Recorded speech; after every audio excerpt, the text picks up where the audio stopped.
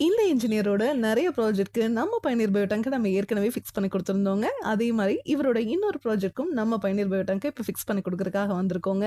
இன்னைக்கு நாம வந்திருக்கக்கூடிய ஊர் கும்பகோணம்ங்க. இந்த இடத்துல இவரு புதுசா ஒரு வீடு ஒண்ணு கன்ஸ்ட்ரக்ஷன் பண்ணி குடுத்துட்டுருக்காரு. அதுக்கு தான் நம்ம பயணியர் பயோ டேங்க் 2000 லிட்டர் ஃபிக்ஸ் பண்ணி குடுக்கலான்னு வந்திருக்கோங்க. டெய்லியும் 15 பேர் யூஸ் பண்றதுக்கு இந்த டேங்க் சைஸே போதுமானதுங்க. இந்த வீட்டோட பேக் சைட்ல தான் இடம் இருக்கு. அங்க தான் நம்ம இப்ப டேங்க்க ஃபிக்ஸ் பண்ணி குடுக்க போறோங்க. பாருங்க சுத்தியுமே எவ்ளோ தென்னை மரங்கள் இருக்குன்னு. இந்த மாரி இடத்துல எல்லாம் நீங்க கான்கிரீட்ல செப்டிக் டேங்க் கட்டுனீங்கனாலும் சரி, இல்ல பயோ டேங்கே பார்த்தீங்கன்னா உங்களுக்கு கான்கிரீட்ல கிடைக்குது, பிவிசில கிடைக்குது, சிங்கிள் லேயர் எஃப்ஆர்பி மெட்டீரியல்ல கிடைக்குது. அந்த மாரி நீங்க எந்த மெட்டீரியல் சூஸ் பண்ணி வாங்கி ஃபிக்ஸ் பண்ணீங்கனாலும் சரி, மரத்தோட வேர்கள் அந்த டேங்க துளையிட்டு, உள்ள இருக்கிற மனித கழிவுகள் வெளிய வந்துருங்க. பக்கத்திலேயே உங்களோட போர் இருந்துச்சுனாவோ, கிணறு இருந்துச்சுனாவோ, அந்த தண்ணியோட தான் அந்த கழிவுகள் கலக்குங்க.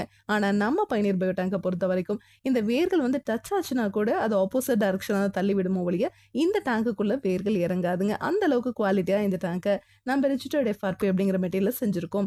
இரும்ப விட இந்த டேங்க் உங்களுக்கு 5 மடங்கு உறுதியா இருக்குங்க. இந்த இடத்துல பார்த்தீங்கன்னா, கிரேனோ, ஜேசிபியோ அக்சஸ் பண்ண முடியாத மாரி இருக்கு. அதனால லேபர்ஸ வச்சே நம்ம டேங்க் எடுத்துட்டு வந்திருக்கோங்க. இந்த டேங்க ஃபிக்ஸ் பண்ணிட்டு, இதுக்கு மேல நீங்க கார் பார்க்கிங்கோ, இல்ல பாத்ரூம் டாய்லெட் கன்ஸ்ட்ரக்ஷன் பண்ணிக்கலாம். இல்ல ஸ்டோர் ரூம் கூட கன்ஸ்ட்ரக்ஷன் பண்ணிக்கலாங்க. இந்த டேங்க்குக்கும் 50 வருஷம் வாரண்டி குடுத்துடுறோங்க. அதே மாரி பாக்டீரியாக்கும் நம்ம 50 வருஷம் வாரண்டி குடுத்துடுறோங்க. உங்களுக்கு இத பத்தி இன்னும் டீட்டெயிலா தெரிஞ்சுக்கணும் அப்படின்னா, பயனியர் பயோ செப்டிக் டேங்க் அப்படிங்கிற யூடியூப் சேனலுக்கு போயி